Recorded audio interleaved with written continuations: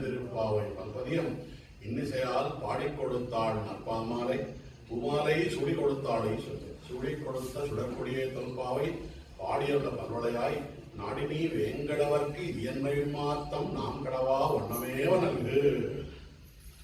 నిన్నటి భాషలో మనం చెప్పుకున్నాం. ఇవన్నీ గుర్తున్నదా? నిన్నటి భాషలో అమ్మవారి ద్వారా పెరుమాళ్ళని సేవించాలి. మొత్తం 4000 భాషరాలుండే నారాయణ ప్రబంధంలో అమ్మవారిని మాత్రమే ఉద్దేశించి చెప్పేది నిన్నటి భాషలు. అంటే మిగతా భాషరాల్లో స్వామివారిని అమ్మవారిని కలిపి చెప్పడం జరిగింది. అయితే ఒక్క అమ్మవారి పేరే ఉన్నాయి నేను భాషణంలో. నందగోపాలన్ మరుమగళే నప్పిన్నై పిరాటి యశోదమ్మ యొక్క తమ్ముడి కూతురైనటువంటి నప్పిన్నై పిరాటి ప్రార్థనతో ఆమెను ప్రార్థిస్తూ, ఎందుకంటే ఆచార్యుడు అమ్మవారు, ఆమె ద్వారానే పెరుమాళ్ళ దగ్గర రికమెండేషన్ మనకు లభిస్తుంది. ఆ రికమెండేషన్ ద్వారా మనం పెరుమాళ్ళను పొందాలి అని చెప్పింది అన్నమాట. ఈరోజు పాశురము 19వ పాశురమైన తిరుప్పావై అనే ఈ వ్రతం మొత్తానికి ఇది హృదయం వంటి పాశురం. ఎందుకు హృదయం అంటే మనిషికి హృదయం ముఖ్యమా? ఏది ఉండాలి? గుండె అయిపోయింది అంటాం, గుండె చప్పుడు అయిపోయింది అంటాం. ఆ గుండె ఎంత ముఖ్యమో మనిషికి ఈరోజు పాశురం అంత ముఖ్యం అంటారు. ఎందుకు ముఖ్యం అంటారంటే, ఇప్పుడు తిరుప్పావై ఆరంభించక ముందే ఏం చెప్పినాము? నీలాతుంగ స్తనగిరి తటి పరాశర భట్టర్ వారని శ్రీరంగంలో రామానుజుల వారి అత్యంత సన్నిహితులైన కూరతాళ్ల స్వామి కుమారుడు. వీరు నేరుగా భగవంతుడితో మాట్లాడేవారు. గుండె అయిపోయింది అంటాం, గుండె చప్పుడు ఆగిపోయింది అంటాం. ఆ గుండె ఎంత ముఖ్యమో మనిషికి ఈరోజు పాశనం అంత ముఖ్యం అంటారు. ఎందుకు ముఖ్యం అంటారంటే, ఇప్పుడు తిరుప్పావై ఆరంభించక ముందే ఏం చెప్పినాము? నీలాతుంగ స్తనగిరి తటి పరాశర భట్టర్ వారని శ్రీరంగంలో రామానుజుల వారి అత్యంత సన్నిహితులైన కూరతాళ్ల స్వామి కుమారుడు. వీరు నేరుగా భగవంతుడితో మాట్లాడేవారు. అటువంటి వారు రాసినటువంటి శ్లోకం అని. అంటే ప్రతి ప్రబంధం ఉంటుంది కదా, దానికంటే ముందు ఒక శ్లోకం రాస్తారు. తనియన్ అంటారు. రాస్తున్నప్పుడు ఈ తనియన్ గురించి ఈ పాశరం నుంచే వారు ప్రేరణ పొంది తనియన్ రాసిండ్రు అని మన పెద్దలు చెప్తారు. ఎట్లా వచ్చింది ఇది అంటే, ఒక్కసారి మనం భాషలను చూస్తే మనకి తని ఎందుకు వచ్చింది అనేది అర్థమవుతుంది. ఈ తని ఎందుకు, దాని అర్థం ఏమిటి, అసలు ఈ తిరుప్పావై అంటే ఏమిటి అంటే ఇక్కడ చెప్తారన్నమాట. ఈరోజు పాశురం మొదలు అనుసంధానం చేద్దాం. చేసిన తర్వాత ఈ తనియానికి పాశురానికి సంబంధం ఏమిటిది, దాన్ని ఎట్లా మనం నేర్చుకోవాలి, దాన్ని ఎట్లా అనుసంధానం చేసుకోవాలనే విషయాన్ని మనం తెలుసుకుందాం. పాశురం புத்து விளக்கெரிய கோட்டுக்கால் கட்டில் மேல் மெத்தென்ன பஞ்ச சயனத்தின் மேலேறி கொத்தலர் பூங்குயல் நப்பின்ன சொங்க மேல் வைத்து கிடந்த மலர்மார்பா நீவாய் திரவாய் மைத்தடம் கண்ணினாய் நீயுன் மணாளனை எத்தனை போதும் துயிலே ஒட்டாய்காள் எத்தனையேலும் பிரிவாத்த இல்லாயால் தத்துவமன்று தகவன்று ఏలోరెంబావాయ్. మామూలుగా పాఠం చూస్తే తత్వం అంటే తగవేలోరెంబావాయ్ అని ఉంటుంది, కానీ చెప్పేటప్పుడు మాత్రం తత్వం అంటే తగవన్రు అని చెప్పాలి. అంటే 2 విషయాలు అక్కడ బోధన. అయితే ఈ పాఠంలో సులభంగా అర్థం చేసుకోవాలనుకోండి, ఏం తత్వం పోకుండా. ఈ పాఠంకి అర్థం ఏమిటంటే, కుత్తు విళక్కు ఏరియా. కుత్తు విళక్కు అంటే దీపములు. మనం సాధారణంగా పెద్ద పెద్ద దీపాలు పెడతాం కదా, ఎక్కడ చూసినా. దాన్ని ఇంట్లో మన కార్తీక పౌర్ణమి అయినప్పుడు, దీపావళి అయినప్పుడు పెద్ద పెద్ద దీపాలు పెడతాం. అంటే కుత్తు విళక్కండి. ఇప్పుడు గొడవ ఉందనుకోండి, ఇట్లా గుచ్చి అక్కడ కూడా దీపం పెట్టేసుకోవచ్చు. అంటే ఎక్కడన్నా అక్కడ గుచ్చి పెట్టే దీపం అని అర్థం. కుత్తు విళక్కేరియా.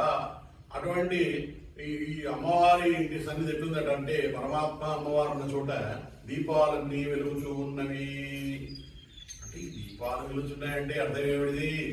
ఇక్కడ బయట ఉన్న అండాడమ్మ, లోపలున్న అమ్మవారి స్వామిని కుట్టు అంటే అక్కడ కుట్టు. ఒకసారి మనం అంటాం కదా, పొడుస్తూ మాట్లాడేది. ఈ పొడుస్తూ మాట్లాడే మాట ఇది. ఇక్కడ ఏదో దీపాలు వెలుగుతున్నాయని కాదు. అమ్మా, నీవేమో దీపాలు వెలిగించి పండుకున్నావు, మా హృదయంలో ఏమో మంటలేస్తుంది, కృష్ణుడు లేదు. అంటే నీవేమో కృష్ణుడితో ఉన్నావు లోపల, అందుకే చల్లగా దీపం వెలుగుతుంది. పరమాత్మ ఉంటేనే దీపం కదా. అంటే దీపం ఏమిటి? అంధకారాన్ని తొలగించే దీపం. మరి అంధకారం తొలగి పరమాత్మ ఉంటే అంధకారం ఉండదు. నీవేమో దీపము నీ దగ్గర పెట్టుకుని మా హృదయంలో ఏమో మంటలు మండుతున్నవి. అంటే కోట్టు కాల్ కట్టిల్ మేల్, కోట్టు అంటే ఏనుగు అనగా వీళ్ళు పడుకొని ఉన్నారు. అమ్మవారు స్వామివారు శయనించి ఉన్నారు. దేనిపై శయనించి ఉన్నారు? ఒక మంచంపై శయనించి ఉన్నారు. ఏనుగు దంతములతో చేసిన మంచము. ఇప్పుడు అందరికీ డౌట్ వస్తుంది ఫస్ట్, ఈ కృష్ణుడు ఎక్కడిది, ఈ ఏనుగు ఎక్కడిది? కులం అంటే ఏముంటాయి అక్కడ? ఆవులు ఉంటాయి, ఎద్దులు ఉంటాయి, ఇవన్నీ ఉంటాయి. ఏనుగులు ఎక్కడి స్వామి? అది కూడా గుల్లకులం అంటే మీరు పోని మధురలో కృష్ణుడు అంటే ఇది ఏనుగులు ఉంటాయి అనుకోవచ్చు, మహారాజు రాజరికం అనుకోవచ్చు. ఇక్కడ ఏనుగు ఎక్కడ వచ్చే అంటే ఇట్లనే ఒకసారి ఒక 2 ఏళ్ల క్రింద నేను యూట్యూబ్లో ప్రవచనం చెప్పాను. యూట్యూబ్లో ఎట్లా ఉంటుంది, మనం రోజు పోయి చెప్పాల్సిన అవసరం లేదు. మనం వెళ్ళిన నాడు ఏం చేస్తాం, ఒక 4 రికార్డ్ చేసి వాళ్ళు ఏం చేస్తారు, ఆ రోజు ఆ భాషలో ఆ రోజు ఇస్తారు అనమాట. అయితే నేను భాషను రికార్డ్ చేసి అప్పుడు ఒక 10 రోజులు అమెరికా వెళ్ళినాను. ఇది నాకు అమెరికాకి మా స్టేజ్లో ఆయన ఫోన్ చేసి భలే ఉన్నది ఈ రోజు నేను చెప్పిన భాషలో అన్నాడు. ఈ రోజు చెప్పలేదు అది ఏమన్నా అంటే ఎప్పుడు చెప్పినా అంటే రికార్డ్ చేసిందయ్యా అంటే ఎప్పుడో రికార్డ్ చేసింది ఇప్పుడు వస్తుంది కదా మనకి, మన ఫోన్లలో రాదా? ఇప్పుడు మీరు రికార్డ్ ఇచ్చకపోతే సంవత్సరం తర్వాత పే చేసుకోవచ్చు కదా. ఇదే విధంగా ఏనుగు దంతం ఎక్కడివి అంటే ఆ కృష్ణ పరమాత్మ కంసుడి దగ్గర కంసవధ వెళ్ళినప్పుడు కువలయా పీడనం అనే ఒక ఏనుగును సంహరించండి కదా, ఆ దంతాలు అనుకోవాలి.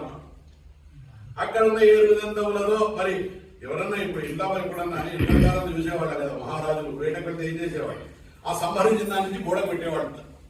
ఇది మేము సంహరించడం ఫలానా పులిని సంహరించడు, ఫలానా ఇది సంహరించడు, లోకలను రక్షించడు అని చెప్పి వాళ్ళు ఇంట్లో పెట్టుకునేవాళ్ళు కదా. పెద్ద పెద్ద జమీందారు ఇంట్లో కనిపిస్తాయి మనం చర్మం పెట్టుకునేవాళ్ళు, అవన్నీ పెట్టుకునేవాళ్ళు. ఎందుకు ఇట్లా మేము చేసాం చూడండి. మరి అటువంటిప్పుడు ఈయన ఈ కోలయా బిడ్డ ఏమి సంహరించినప్పుడు ఆ దంతాలు ఉండవా? అటువంటి దంతములతో మంచం చేయించుకున్నాడు పర్మనెంట్ గా. ఇక్కడ దానికి అర్థం వేరు, మనం పరమార్థం వేరు, అర్థం వేరు. అట్లా కొట్టు కాల్ కట్టిల్ మేల్ మెత్తెన్న పంచశయనత్తిన్ మేలేరి. ఇక్కడ పంచశయనం అన్నారు. శయనం అంటే పరుపు. అయ్యగారు పంచశయనం అంటే మేము కూడా ఇంట్లో 5 పరుపులు వేసుకోవాలన్నా ఏంటి? పంచ అంటే 5 కదా, 5 వేసుకోవాలన్నా? ఒకదాని మీద పడుకోకూడదా? మరి అండడమ్మనేమో 5 పరుపులు వేసుకొని పడుకోవాలని చెప్పింది. మరి శాస్త్ర ప్రకారం ఏమైందంటే, శాస్త్రం ఏం చెప్పిందంటే శయన అంటే మంచం ఏదైతే ఉంటుందో దానికి 5 లక్షణాలు ఉండాలి. అది పంచశయనం. ఏమిటా 5 లక్షణం? అందంగా ఉండాలి, రెండవది చల్లగా ఉండాలి, అంటే ఏసీ కూడా పనికిరాకూడదు, అందము చల్లదనం ఉండాలి, మూడవది మెత్తగా ఉండాలి, నాలుగవది ఏముండాలి, మనము సులభంగా దాన్ని అందుకునేటట్టు ఉండాలి. ఎక్కడో ఇంత పైకి మంచం ఉంటే దానిపైకి ఎక్కువ మంచం ఉండకూడదు. 5వది తెల్లగా ఉండాలి, తెలుపు ఉండాలి. అంటే అయ్యా స్వామి ఇది పెద్ద చిక్కుబాటు తెచ్చిపెట్టింది, మీరు తెల్ల బట్టలు వేసుకుంటూ రోజు ఉతకాలే, మా మీద పెడుతుంది, ఎక్కడ అవుతుందా అని. అంటే తెల్ల బట్టలు వేయాలి, తెల్ల మంచమే ఉండాలి శాస్త్ర ప్రకారం. ఒకసారి ఇట్లనే ఒక మహానుభావుడు అడిగినట, స్వామి ఇప్పుడంతా ఈ తెల్ల వేసుకుంటూ కూర్చుంటే ఎవరు ఉతుకుతారు, మరి ఏం చేయాలి అంటే, మనం ఏ కలర్ ధోతి కడతాం, మనం తెలుగు ఆ ధోతి వేసుకొని పట్టుకోండి అన్నాడు.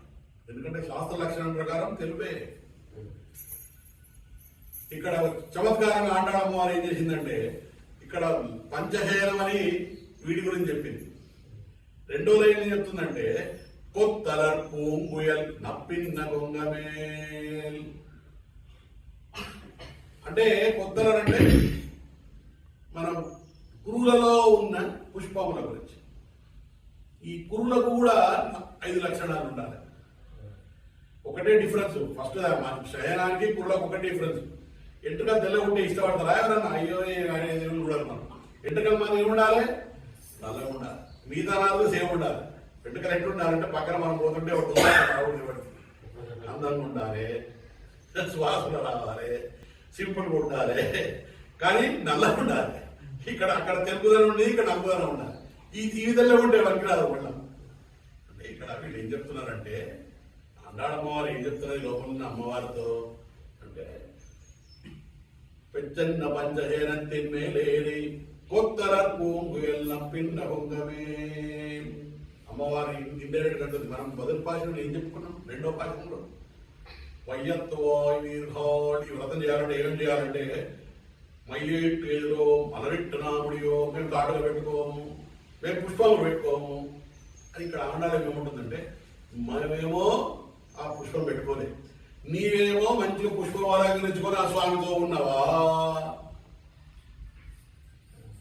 మేమేం రెండో రోజు చెప్పుకుంటే కదా, రెండో రోజు చెప్పి వ్రతం చేయాలంటే ఏం చేయకూడదు, నెయ్యి తినకూడదు, పాలు తినము, అంటే భోగభాగ్యాలకు దూరంగా ఉంటాము, కాటుక పెట్టుకోము, ఇవన్నీ చెప్పింది. మరి నీవేమో ఈ పుష్పం కూడా ధరించున్నావు, మమ్మలనేమో ఈ పుష్పం లేకుండా ఎక్కడ దూరం చేసినావు అంటే నప్పిన్న గొంగమే వైద్య కిడంద మలర్వార్వాణి వాయురవాయి అంటే కృష్ణుని ప్రార్థించింది అమ్మవారు లేదు. మొదటి 4 లైన్లు ఈ భాషలో గొప్పతనం ఎందుకంటే హృదయం అని ఎందుకు చెప్పిందంటే మొదటి 4 లైన్లు కృష్ణుడితో, తర్వాత 4 లైన్లు అమ్మవారితో.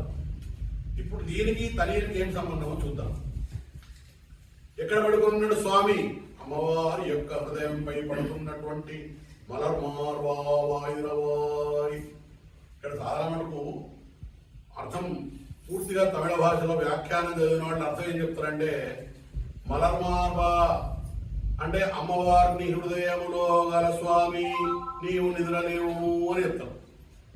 కానీ ఈ విరేవాచాన్ బిళ్ళకి స్వామి రాసిన వ్యాఖ్యానంలో వారు ఏం చెప్పిందంటే మలర్మార్వా అంటే స్వామి యొక్క హృదయం ఎట్లుంటుందంటే అమ్మవారు ఉండడం వల్ల అలా పెరుగుతూ పెరుగుతూ పెరుగుతూ ఉంటుందట. అమ్మవారిని కీర్తిస్తే స్వామివారి హృదయం పెరుగుతుంది. ఇదే పరాశర భట్టర్ అనే వారు ఏం చేసిందంటే వారు అమ్మవారి మీద ఒక కావ్యం రాయాలనుకున్నారు.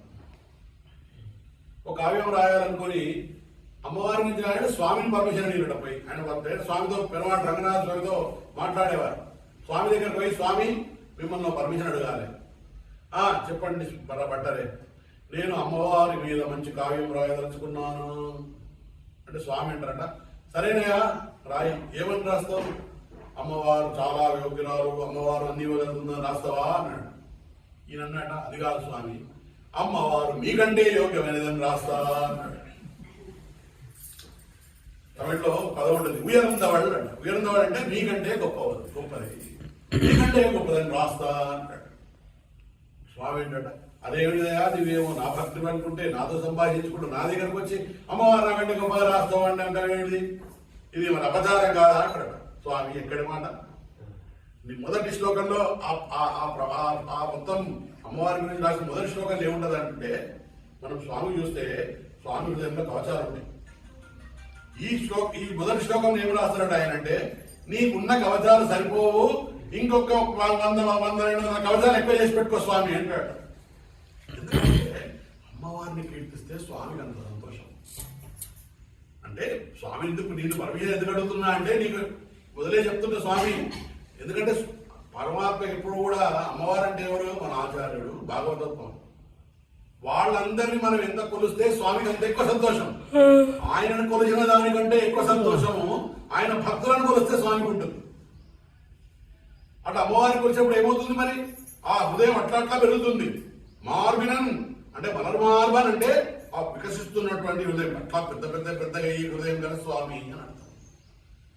ఇప్పుడు ఈ భాషణముకు తనకి ఏం సంబంధం ఉంది అంటే నీళాతుంగ స్తనగిరి తటి నీళాదేవి అవతారమే అండాళమ్మవారు. నప్పిన్నై పిరాటి అండాళమ్మవారు భూదేవి అవతారం నీళాతుంగ నప్పిన్నై పిరాటి. ఈ భాషలో నప్పిన్నై పిరాటి గురించే కదా సంవాదం. అప్పుడు నప్పిన్నై పిరాటి సంవాదం ఎందుకుందంటే నీళాతుంగ స్తనగిరి తటి. ఒక ఆళ్వారు ఉండేవారు, తిరుమంగయ్య ఆళ్వారు అని. వారు పరమాత్మ ఎక్కడ ఉంటాడంటే ఒక మంచి ప్రబంధం రాశారు. ఒక ప్రబంధంలో తనను తాను ఇప్పుడు మనందరం ఎవరు చూసినందుకు మీరు మగవాడు ఆడవాడు కాదు, పరమాత్మ వాడే మగవాడు, మనం అందరం ఆడవాళ్ళనే. మనందరం ఆయన చేరుకోవాల్సిన వాళ్ళని. ఈ ఆడమగానే ఈ జన్మతో సంబంధించింది మనం. కానీ ఆత్మకి సంబంధమైనప్పుడు మనమంతా ఆయనకు చెందిన వారం, ఆయనకు దాసులం మాత్రమే అందరం కూడా. దీనిలో ఆడమగ ఏం తేడా లేదు, మోక్షంలో ఎవరికి తేడా లేదు, అందరికి ఒకటే. కాబట్టి అక్కడ ఏం చెప్పిందంటే స్తనగిరి తటి పెరుమాళ్ళు ఎక్కడున్నారంటే ఒక సీరియల్ తిరుమల అనొక ప్రబంధం రాసింది. దాంట్లో ఎంత బాగా చెప్తారంటే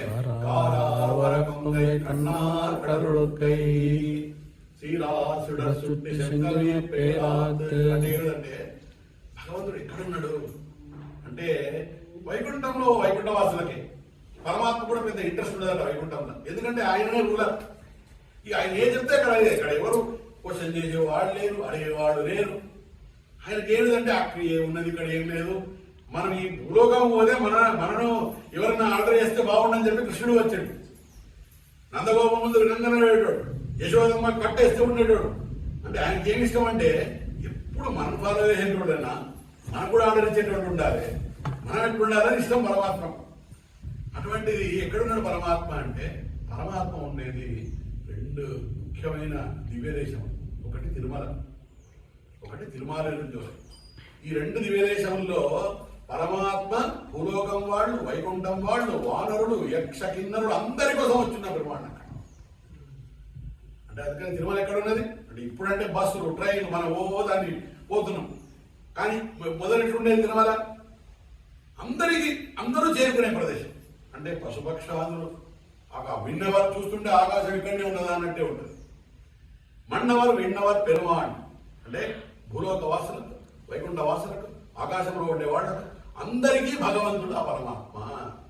అటువంటి ఆ పరమాత్మ ఉండే చోటు ఇంకోటి ఏమిటి, తిరుమాలిరంజోలై సుందరబాహు పెరుమాణ్. ఆయన గురించి ఆండాళమ్మ వారు చేసిన వ్రతం, ఆయన వివాహం ఆడాలి. మనం రంగనాథుడు అంటాం, రంగనాథుడు మనసులో పెట్టుకుని ఆ సుందరబాహు పెరుమాణ్. ఈ సుందరబాహు పెరుమాళ్ళని చేరుకోవాలని జరిగింది. ఈ రెండు చోట్లనే పెరుమాళ్ళు ఉన్నారు. దీనికి ఎవరి తార్కాణం, ఎవరు చెప్పిందంటే మన గురువు అయిన రామానుజుల వారి గురించి చెప్పినటువంటి ఒక ప్రబంధం రామానుజులు ఉంటుందా.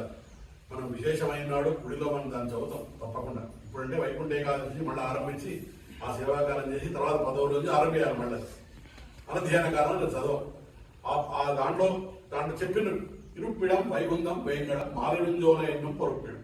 అంటే మాలిరుంజోలై వైకుంఠంలో ఉన్న పరమాత్మ ఈ తిరుమలకు, ఈ మాలిరుంజోలైకి వచ్చున్నారు అని చెప్పిన.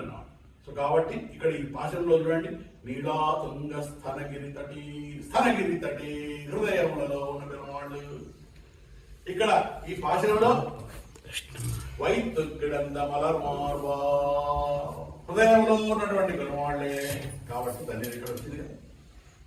సుప్తముద్బోధ్య కృష్ణం, అది కూడా ఏమిటిది, పెరుమాళ్ళకు టీచర్ ఇక్కడ అన్నాడు. ఉద్బోధ్యం అంటే ఎవరు, అధికారం చెప్పేవాడు.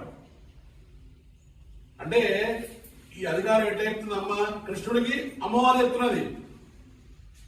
ఇప్పుడు తిరుపతి మొత్తం మనం తీసుకుంటే ఏమున్నది, కృష్ణుడికి అమ్మవారు చెప్తున్నట్టే ఉన్నది. ఇది ఇట్లా అది ఇట్లా అది ఇట్లా అని చెప్తున్నట్టే ఉన్నది తప్ప కృష్ణుడు ఎవరిది నేర్చుకునేటువంటి లేదు ఇది మొత్తం. అంటే ఏమి ఉపదేశము, పారాధ్యం స్వం శృతి. శృతి అంటే వేదం, శత శిరస్సు. వేదముకు శిరస్సు అంటే ఉపనిషత్. ఉపనిషత్తు అంటే ఏమిటో కాదు, మనం ఏదో అనుకుంటాం. ఉపనిషత్తు అంటే మన జీవన విధానం. ఉపనిషత్తులో ఏంటి ఇవ్వబడింది, మాతృదేవో భవ, పితృదేవో భవ, ఆచార్యదేవో భవ, దేవపితృకార్యాభ్యాన్న ప్రబలిద్రవ్యం. తల్లిని గౌరవించు, తండ్రిని గౌరవించు, అతిథిని గౌరవించు. దేవకార్యములు, పితృకార్యములు, మీ పితృలకు చేసే కార్యాలు సంవత్సరానికి ఒకసారి పెద్దల మాసం నాడు మీరు ఏం చేస్తారు కదా, ఇవన్నీ వదలకుండా ఉండు అని చెప్పింది ఉపనిషత్తు. ఉపనిషత్తు ఏమిటి, జీవన విధానం ఎట్లా ఉండాలి. సహనాభవతు సహనౌ భునక్తు, అందరు కలిసి ఉండండి, అందరూ ఒక జ్ఞానం ఒక పంచుకోండి. సహ వీర్యం కరవామహి తేజస్వినామధేతమస్తు. అంటే మనకు తెలిసిన మంచి విషయాలు 10 మందికి చెప్పండి. అంటే దాంట్లో ఇంకో విషయం కూడా చెప్తారు. ఎదుటోడు కనిపించినప్పుడు ఏం చేయాలి అంటే, ఎదుటోళ్ళు చెడు తీసుకోకు, మంచిని మాత్రం తీసుకో. ఎవరిలో ఏదో కొరత కనిపించింది అనుకోండి, ఈయన ఇట్లా ఆయన ఇట్లా అని వాళ్ళతో చెడు తీసుకోకూడదు. వాళ్ళలో మంచి గ్రహించండి, ఆ మంచిని అవలంబన చేసుకోండి అని విధానం చెప్తున్నాను. అట్లా ఇక్కడ అమ్మవారు ఏం చెప్తుంది, రాసిన అందుకనే పారార్థ్యం. పారార్థ్యం అంటే మనం అందరం కూడా స్వతంత్రులం కాదు, పరమాత్మకు చెందిన వాళ్ళం అని అర్థం. శృతి శత శిర, శత అంటే 100, అంటే అటువంటి వందలాది ఉపనిషత్తులో ఉన్న సారం మొత్తం. సిద్ధమధ్యాపయంతి స్వచ్ఛిష్టాయాం సజిని గణితం యా బలాత్కృత్య భుంతే. కృష్ణుడు వింటాడా, పారిపోతాడు. అట్లా ఆయన పోకుండా పట్టుకొని కూర్చోబెట్టి స్వచ్ఛిష్టాయాం సజిని గణితం. సజిని అనగా కావ్యము, పూలమాలలతో చేసినటువంటి కావ్యము. అంటే సాధారణంగా కావ్యం అంటే ఎట్లా ఉంటుంది, ఏదో పుస్తకం చూసి చదివమయ్య గారు అయిపోయిందని కాకుండా మంచిగా మాలలాగా అమర్చినటువంటి ఈ కావ్యము యా బలా కృత్యభుంతే. ఈ కావ్యం చేస్తే ఏమవుతుంది, పెరుమాళ్ళు ఇక్కడ ఏమంటారు, ఎక్కడ కూడా ఆయన బట్టి కట్టి గంటను కూర్చోబెట్టి చెప్పాలి. బుధాదస్యై నమ ఇదమిదం. అందుకే ఈ భాషలో మళ్ళా ఆ కృష్ణుడి గురించి వైద్యుడిన వలమార్వా అంటూ అదే చెప్తున్నాను. అంటే ఈ స్వామి ఈ రాసి వాళ్ళకి ఎట్లా ఐడియా వస్తుంది, ఇదే రాయాలి, తిరుపతి లీలారోగ్యం ఎందుకు రాయాలి. ఈ పరాశర భట్టారనే స్వామి శ్రీరంగంలో ఉండేవాడు కదా. ఆయన అక్కడ ఉండేప్పుడు ఏమైందంటే, ఒకసారి అక్కడ ఉన్నటువంటి ఒక రాజు వీరిని బాగా హింసలు పెట్టి అక్కడి నుంచి బయటకు పంపించేస్తారు. వీరికేమో వీరు తిరుక్కోస్ట్యూర్ అనే దివ్యదేశంలో పోయి ఉంటారు. అక్కడ రామానుజుల వారి గోపురం మీద ఎక్కి అందరికీ మంత్రం చెప్పిన స్థలం తిరుక్కోస్ట్యూర్. అక్కడ పోయి అక్కడ ఉంటే అక్కడ ఉందేమో భగవంతుడు ఉన్నాడు, కానీ ఈయనకేమో మనసులో రంగనాథ రంగనాథ రంగనాథ అని. అప్పుడు ఈయన శిష్యుడు ఉండేవాడు, నంజీయర్ అని వీరి శిష్యుడు. ఆయన వెళ్ళి, గురువు గారు మీరు ఒక పని చేయండి, మీ తండ్రి గారు కురత్తాళ్వాన్ కూడా ఇదే జరిగింది. కురత్తాళ్వాన్కి ఏమవుతుందంటే చోళుడు శైవమే ఉండాలి వైష్ణవమే ఉండకూడదని ఏం చేస్తారంటే, అప్పుడు ఆ కాలంలో ఉండేది అహంకారం రాజులకు, మేమే అంతా ఆయన చెప్పింది నిలవాలని. ఆయన ఏం చేస్తారంటే, ఆ రామానుజుల వాళ్ళు ఎవరు పిలుస్తారండి అంటాడు. కురత్తాళ్వారు ఏం చేస్తారంటే, ఈయన కాషాయం ధరించి నేనే రామానుజుడు అని వెళ్ళిపోతాను, ఒక నేను కళ్ళు తీసేస్తాడు. అయితే మరి ఆయన అక్కడ ఉండి ఇప్పుడు రామానుజుల వారు కూడా అక్కడ వదిలిపెట్టి మేల్కోట, కర్ణాటకలో మేల్కోట తొండనూరు దగ్గరకు వచ్చి అక్కడ నిర్మించింది చాలా కాలం. మరి మళ్ళీ రామానుజుల వారు శ్రీరంగం రావాలంటే ఈ కురత్తాళ్ళ వారు ఏం చేసినట్టంటే, ఇప్పుడు చిరువారి నిజం అని చెప్పినాం కదా, అక్కడ ఉన్న పెరుమాళ్లకు సుందరబాహు స్తవం అనే ఒక పెద్ద కావ్యం రాసింది. ఆ సుందరబాహు స్తవం రాసిన తర్వాత మళ్ళీ వారు వచ్చిండ్రు. మీ నాయన గారు కూడా ఇట్లా సుందరబాహు స్తవం పెరుమాళ్ళని కోరుకుంటేనే శ్రీరంగానికి వచ్చింది. మళ్ళా మీరు కూడా అవ్వాలనుకుంటున్నారు కదా, మీరు కూడా ఏం చేయండి, ఈ సుందరబాబు మాలిరంజోలై పెరుమాళ్ళ గురించి రాయండి ఏదన్నా అంటే, మీరు ఉట్టి పెరుమాళ్ళ గురించి రాయా, నేను ఆండాళ్ళమ్మవారిని పెరుమాళ్ళ కలిపి రాస్తా అని చెప్పి రాసినటువంటిది ఈ ధనియం. అట్లా ఈ ధనియం వచ్చింది అని మన పూర్వాచార్యులు విశ్లేషణగా చెప్పడం జరిగింది. ఇక మన పాశురానికి వద్దాం. రెండో భాగాన్ని, మొదటి భాగంలో ఏం చెప్పుకున్నాం, కుత్తు విళక్కిరియ కోట్టు కాల్ గట్టెల్ మేల్ పెత్తెన్న పంచసైనత్తిన్ మేలేరి கொத்தலர் பூங்கியல் நப்பின்ன குங்கமேல் வைத்து கிடந்தமலர் மாర్బా నీ వాయిదలవాయ్. అంటే ఇక్కడ చరవక్తిగా అంటాడన్నట్టుంది, అయ్యా నీ హృదయం లక్ష్మికి చేసినవు, కనీసం నోరు తెరచన్నా మాతో మాట్లాడు వాయిదలవాయ్. హృదయం ఎట్లా అయ్యో, మేము అడుగుతున్నాం, ఆ అమ్మవారు ఉన్నది, అమ్మవారితో ఉన్నావు, అమ్మవారు నీ హృదయం ఇచ్చినావు, అమ్మవారు నీ హృదయం ఇచ్చింది, ఈ హృదయాలు ఎక్కడున్నాయి, నీ హృదయం అమ్మవారిదా, అమ్మవారిదేం నీదా, మాకేం తెలియట్లేదు, నీ వాయిదలవాయ్ నోరన్న తెరవలసింది అని ఈయన. సరే భక్తులు అడిగిండ్రు కదా అని నోరు తెరవతారు. మాషుట మొన్న చెప్పుకున్న 3 సార్లు తీర్థం ఎందుకు తీసుకోవాలి, భగవంతుడు మాషుట 3 సార్లు అంటాడు భగవద్గీతలో. మాషుట నేనున్నా నేనున్నా నేనున్నా అంట. ఈయన ఈ ఆండాళమ్మ గారికి మా అని ఇంత నోరు తెరిచేటప్పుడు అమ్మవారు ఆయన నోడాపేసి సాధారణంగా ఉంటాయి ఇంట్లో. ఇప్పుడు మీ భార్య ఉన్నది, ఏమండి రేపు బావమరిది గారు వస్తున్నారు, మీ బావమరిది గారు మీ మంచి బట్టలు ఏమైనా ఉంటే టీ షర్ట్లు జీన్స్ ప్యాంట్లు లోపలే తాళం పెట్టుకోండి, మళ్ళీ మా వాడు వస్తే అన్ని వేసుకొని పోతాడండి. అంటే మీరేం చేసిండ్రు, అమ్మ చెప్పింది కదా అని చెప్పి మంచిగా తాళం వేసి సరే ఆమె వేసి 3 ఎట్లు లోపల పెట్టింది. మీరు అని బాగుంది వచ్చిండు, ఎతికే కొత్త షర్ట్ ఎక్కడ వాయా, జీన్స్ ప్యాంట్ ఎక్కడ వాయా, ఇవన్నీ ఎతికి ఎక్కడ దొరకలేదు. ఇక 3 రోజులు వెళ్ళిపోయాడు. ఇక 3వ రోజు మళ్ళీ అదే భార్య వస్తుంది, ఏమండి ఇంత పిచ్చినారైతే ఎట్లా, మీరు రాక రాక బాగుపడి వచ్చిండు, ఆ బాగుపడికి కనీసం మీరు బట్టలు ఇస్తే ఏమే అంటే ఎందుకంటే అంటే మరి నీవే అన్నావు కదా లోపల పెట్టమని. అంటే అప్పుడు ఏముంటది, నేను అన్నా కానీ మీ నోటి నుంచి అదే నా బాగుపడదే కదా, నేను ఇస్తా కదా అని చెప్పాల్సింది మీరు. అది ఎదురు చూసిన నేను అంట కాకుండా బీరువాలే తాళం పెట్టుకుంటారా మీరు అని అడిగింది. ఈ ఉదాహరణకి ఇప్పుడు ఈ భాషలో రావేదానికి చిన్న సంబంధం ఉన్నది, అది చెప్తాను. ఇది గుర్తుపెట్టుకోండి, ఈ భాషలో అర్థం కావాలంటే ఇది గుర్తుపెట్టుకోవాలి. అక్కడ ఏముంటుందంటే మరొక మార్బా నీ వాయి తెరవాయి, అంటే అమ్మవారు అనేది మైత్తడం కండినాయ్ నీయున్ మనాడనై. అమ్మా నీవేమో కాటుక పెట్టుకున్నావు, కాటుక పెట్టుకున్నావు, మాకేమో కాటుక లేదు. కాటుక లేదంటే అర్థం ఏమిటి? కాటుక అంటే ఏమిటి? పెరుమాళ్ళ నీ దగ్గర పెట్టుకున్నాం, మాకేమో అది దిక్కులేదు. నీ ఉన్ మనాడనై. మనాడనంటే భర్త. మనం అంటే మనస్సును బాధించేవాడు ఎవరు? భర్త. అంటే నీకేమైనా అబ్జెక్షన్ ఉందా తల్లి? ఈయన నీకే భర్త ఉండాలి, వీళ్ళందరూ 5 లక్షల మంది వచ్చింది, మీ అందరికి భర్త అయితే ఎట్లా? నీ ఒక్కదానికి ఏ భర్త ఉండాలనా అని క్వశ్చన్ అడిగినట్ట. అమ్మవారు నాకు అటువంటి ప్రాబ్లం ఏం లేదు. సరే, ఆ ప్రాబ్లం లేకపోతే ఏమిటి? ఎత్తనై పోదుం తుయిలే ఒట్టాయిగాన్. తుయిలంట ఇంద్రుడేపు. అమ్మా మరి నీకు ఆ స్వామివారు శయనించి ఉన్నప్పుడు ఆయన చూస్తుంటేనే అందం కనిపిస్తున్నదా? లేస్తే అందం పోతుందా? అందుకని ఆయన ఎట్లనే ఉండాలనుకుంటున్నావా? నీకు ఎగ్జాంపుల్స్ ఉన్నాయి, 2-3 ఎగ్జాంపుల్. ఎప్పుడైనా మనం శ్రీరంగం కోయిల పోతే ఇక్కడ కూడా మన కోయిల కూడా చూడవచ్చు. మూలవారికి ఎన్ని నగలు వేస్తాం మనం. రంగనాథుల వారు ఉన్నారు, శయనించుంటే చాలా అందంగా ఉంటారు ఆయన. ఇక లేచిన పడితే ఈయనకు అందం రావాలంటే బంగారం వేయాలి, అది పెట్టాలి, ఇది పెట్టాలి, 2 రకాలు పెట్టాలి. పడుకున్న పెరుమాళ్ళ అందం ఎక్కువ, శయన తిరుక్కోవాలమంటారు. కుంభకోణంలో పల్లి వేంద్ర పెరుమాళ్, శ్రీరంగంలో మూలవారికి ఎక్కువ అలంకారం ఉండదు. కృష్ణం పారార్థ్యం స్వం శృతి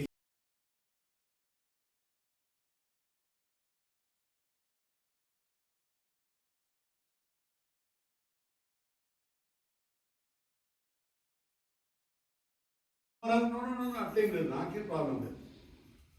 ఎత్తన ఏலும் పిరివాతగిల్లాయాల్. ఎత్తన ఏலும் పిరివాతగిల్లాయాల్ అనగా ఒక్క క్షణమైనా ఆయనను విడిచి నీవు ఉండలేవు గనక ఆయనను లేపడం లేదా తల్లి? తత్వమన్ తగవు అన్రు. తత్వం అంటే అమ్మా ఆయన అనుగ్రహం ఇవ్వకపోతే నువ్వు చెప్పి ఇప్పించాల్సిందని. తగవు అన్రు అంటే ఆయన అనుగ్రహము ఒక 10 రూపాయలు ఇస్తా అంటే 100 రూపాయలు ఇప్పించాల్సిందా అని నువ్వు ఇక్కడ అర్థం చేసుకోండి. 2 తత్వమన్ను తగవన్ను 2 ఎందుకు పెట్టిందంటే తత్వం ఏమిటిది? అమ్మవారి తత్వం ఏమిటిది? స్వామివారు అనుగ్రహించకపోయినా అనుగ్రహం మనకు వచ్చేలా చేయడం ఆమె ధర్మం. స్వామివారు అనుగ్రహం ఇస్తా అంటే ఇచ్చిన దానికంటే ఎక్కువ వేయడం ధర్మం. శ్రీరంగం గుడికి పోతే మీకు ఆ ద్వారం పోతుంటే ఎప్పుడైనా ఒకసారి పోయి రావాలి. జీవితంలో మనిషి అన్నవాడు ఒకసారి శ్రీరంగం పోయి రావాలి. ఆ గుడికి పోతే ఏముంటుందంటే ఒక దిక్కేమో మొత్తం దుకాణాలు ఉంటాయి, ఒక ఎంట్రీ నుంచేమో అన్ని ఇండ్లు ఉంటాయి. ఇట్లానే ఒక స్వామి ఏం చేసినట్ట, ఒకరోజు ఈ ఇంటి నుంచి వచ్చే దిక్కేమో అమ్మవారి సన్నిధి ఉంటుంది, ఈ దుకాణం నుంచి వచ్చే దగ్గరేమో మామూలు ఎంట్రీ ఏమైనా ఉంటే సన్నిధి ఉండదు. ఇంటి నుంచి వచ్చే దగ్గర అమ్మవారి సన్నిధి ఉంటుంది. ఒక భక్తుడు ఇట్లానే ఏం చేసినట్ట, ఇంటి కోయిలకు వచ్చిన మామూలు ఎంట్రీ నుంచి పెరుమాళ్ళని చేయించుకున్నాడు, అమ్మవారిని చేయించుకున్నాడు. ఇక అట్లే ఇంటి వాళ్ళు అంటారు కదా, తీసుకురండి కొద్దిగా ఇంట్లో ఏం బదిలీ అంటే ఈ వాకిల్ నుంచి బయటకు వచ్చి ఈ సామాన్లు అన్ని తీసుకొని మళ్ళా ఆ వాకిల్ నుంచి బయటకు పోవాలి కదా అమ్మవారి సన్నిధులు. పోయేటప్పుడు ఏం చేసినట్ట, ఇట్లా అమ్మవారు చూసుకుంటూ అక్కడ దూరం నుంచి మనం చేస్తాం కదా, అప్పుడు బండ్ల మీద పోతుంటే ఇక్కడ దేవాలయం ఇట్లా అంటాం కదా, ఆయన కూడా ఇట్లా అన్నాడు అమ్మవారికి ఇట్లా అనుకుని పెట్టాడు. అమ్మవారు వెంటనే అయ్యో నా వాడు భక్తులు దండం పెట్టే, వీడికి ఏమి ఇవ్వాలి, ఐశ్వర్యం ఇస్తాను మళ్ళీ అనుకున్నాడు. చూసి వాడు పాపం నమస్కరించి ఇంత దండం పెట్టిండు, నాకు వాడికి ఐశ్వర్యం ఇస్తే ఏం సరిపోతుంది, వాడికి సకలవన్నీ అన్నీ ప్రాప్తించాలి అన్నారు. అదే మళ్ళీ అనుకున్నాడు. అంజలి పాపం చేతులు అంత బ్యాగ్ పట్టుకొని, అంటే వాడు పెట్టింది అనుకుంటుగా ఒకటి ఇట్లా పెట్టుకుంటూ పోయి అమ్మవారు అనుకుంటుందంటే అంత బ్యాగ్ వస్తుంది పాపం, వాడు ఆ బ్యాగు చేత పట్టుకొని కూడా నాకు దండం పెట్టే, ఈ 2 ఇస్తే ఏం సరిపోతుంది అని పరమాత్మ అడిగినాడు. స్వామి ఏమి ఇవ్వగలుగుతాం, వీడికి హైయెస్ట్ ఏమిది అంటే మోక్షం. స్వామి అది ఇవ్వాల్సిందే మీరు. సరే ఇచ్చిన, మోక్షం ఇచ్చేసిన. మోక్షం ఇచ్చిన తర్వాత కూడా అమ్మవారు ఎట్లుందంటే ఇంకేమి ఎక్కువ ఇంకా తక్కువే కదా వీడికి ఇచ్చేది. పాపం వాడు అంత కష్టపడే, అంత కష్టపడి దండం పెట్టే మనకు దండం పెట్టిన వాడికి అది కూడా ఎక్కువ ఎట్లా అంటే ఇచ్చడానికి ఏం లేదు, మోక్షం ఇచ్చి ఇప్పుడు కాదు, ఇప్పుడు వస్తుంది. ఎప్పుడో వచ్చేది. అది వచ్చినప్పుడు కూడా అది మనం ఇచ్చినప్పటికీ కూడా అది వరం ఇచ్చిన తర్వాత కూడా ఇంకేం ఇవ్వలేకపోతే కదా మనం. అంటే ఇవ్వాలి ఇవ్వాలి ఇవ్వాలి అంటే వరం అమ్మవారి అర్థం అట్లా ఇవ్వాలి ఇవ్వాలి ఇవ్వాలి. అప్పుడు ఏమైంది, అది మోక్షం కూడా గ్రాంటెడ్ ఫ్యూచర్. ఇక మిగిలింది ఏమిటి, ఏమి లేదు. అందుకని శ్రీరంగం అమ్మవారు చూడండి ఒకవైపు సిగ్గుపడుతున్నట్టు ఉంటుంది. ఎందుకు ఆ సిగ్గు అంటే పరాశర పడ్డారు వాళ్ళు రాస్తారన్నమాట. సిగ్గు ఎందుకంటే అడిగిన వాళ్ళకి ఇంకా ఇవ్వలేకపోతున్నానే, ఇంకేమి ఇవ్వగలను ఉంటుంది అమ్మవారు అక్కడ. అంటే అంత దయామయురాలమ్మ. అంటే ఇక్కడ గొక్కలు ఏమంటున్నారంటే ఆండాళ అమ్మవారితో పాటు, అమ్మ నీ తత్వం అది, నువ్వు చేయవలసింది అట్లా ఇచ్చేదానివి, నువ్వు ఈ కన్నయ్యను మా దగ్గరకు రాకుండా ఆపుతున్నావా, తగవేలో రింబావాయ్, ఇది సరికాదు అన్నది. అంటే ఇక్కడ కొందరు చెప్తారు, అయ్యా ఇక్కడ అమ్మవారు ఇంత చెప్పిన స్వామి మీరు పాఠం అంతా చెప్పిన అమ్మవారు ఇస్తుంది, నిన్న చెప్పిన అమ్మవారు ఇస్తుంది, ఇప్పుడేమో అమ్మవారు రానిట్లేదు పెరుమాళని అంటున్నారు, ఇదేమిది ఆండడం అట్టెట్ట రాసింది ఈ కావ్యం అనే డౌట్ వస్తుంది మైండ్ అందరికి. ఇక్కడ ఏమిటంటే ఇంతకుముందు చెప్పిన బావమంది కథ ఏం చెప్పినాను, స్వామి నోటి నుంచి రప్పియాలి. అంటే స్వామి అమ్మవారి కంటే ముందు నేను పోయి తెరవాలని ఈగోతో తప్పు తెరవకూడదు. వీళ్ళు అమ్మవారు ప్రార్థించి నిన్న ప్రార్థన ఎవరు ప్రార్థించినాం, అమ్మవారు ప్రార్థించినాం. ఈమె ఎక్కడ పోయి తలుపు తీస్తుందని చెప్పి ఈగోకి పోయి తలుపు తీయకూడదు. ఆయన సహృదయంతో వచ్చి తలుపు తీయాలి. మరి సహృదయంతో వచ్చి తలుపు తీయాలంటే ఏం చేయాలి, పూర్వం సీతమ్మవారు రాముల వారికి సంవాదం ఉంటుంది, దండకారాన్ని అనుకోతారు అమ్మవారు సీతమ్మ రాముల వారు. అక్కడ ఉన్న ఋషులంతా వచ్చి ప్రార్థిస్తారు రాముల వారిని, అయ్యా మాకు ఈ రాక్షసులు చాలా కష్టాలు కలిగిస్తున్నారు, వీరందరినీ మీరు సంహరించవలసినది. సీతమ్మ వారి రాముల వారు అభయమిస్తారు, రైట్. రామచంద్రుడు ఒకసారి అభయమిస్తే అయిపోయింది. సీతమ్మ వారు కావాలని పోయి ఏముంటుందంటే, స్వామి మనకెందుకు ఈ రాక్షసులతో వైరం, మీకెందుకు ఇదంతా అవసరం లేదు, ఏదో మనం ఋషులను ఇక్కడ ఉండండి, సంరక్షించండి, కొట్లాడలు ఎందుకు అని రాముల వారు అంటారంట, సీత నిన్నెప్పటికీ నేను కాపాడుతా, నీకంటే ఎక్కువ లక్ష్మణుని కాపాడుతా, లక్ష్మణుని కంటే ఎక్కువ ఈ ముళ్ళందరినీ కాపాడుతా. అంటే ఫస్ట్ ప్రయారిటీ ముళ్ళు రుచులు బిడ్డంతా నాకు అని. అప్పుడు అమ్మవారు అంటారు, స్వామి ఇదే నాకు కావాల్సింది అని, అది నీ నోటి నుంచి రావాలి. అదే సీతమ్మ అమ్మవారు ఎటువంటిది అంటే, అక్కడికి రామయ్య సరే సీత నువ్వు చెప్పినావు కదా ఎందుకు అన్నాడు అనుకోండి, అప్పుడు ఉల్టా చెప్తుంది. అంటే ఎట్లా నీ రక్షణ నీ కర్తవ్యం అందరూ రక్షించడం కదా, నీవెట్లా రక్షించకుండా ఉండబట్టదు అమ్మవారు. అదే అమ్మవారి గొప్పతనం. అందుకే అమ్మవారికి అంత ప్రాముఖ్యత, అమ్మవారి ప్రార్థనకు అంత ప్రాముఖ్యత. ఆ అమ్మవారి ప్రార్థనతోనే మనం ఆ పెరుమాళ్ళను పొందగలము. ఇప్పుడు ఈ పాఠం అర్థమైందా? ఇప్పుడు ఎందుకు అమ్మవారు తెరవనీయలేదు తప్పు అంటే, స్వామి అంతటా స్వామి తెరవాలి. ఇక రేపటి భాషణంలో మనం తెలుసుకునే విషయం ఏమిటంటే, ఇప్పుడు ఈ అమ్మవారు కూడా వీళ్ళతో వచ్చి జాయిన్ కావాలి. నెక్స్ట్ తర్వాత వీళ్ళందరూ కలిసి స్వామిని ప్రార్థించి స్వామిని నిద్రలేపి, ఆ నిద్రలేచిన స్వామిని చూసి ఆయన పొగడతలు పొగిడి, ఆ తర్వాత ఆయనతో ఎట్లా ఉండాలి, ఏం చేయాలి, ఆయనకి ఏం కావాలి అని కోరుకునేదే అల్లా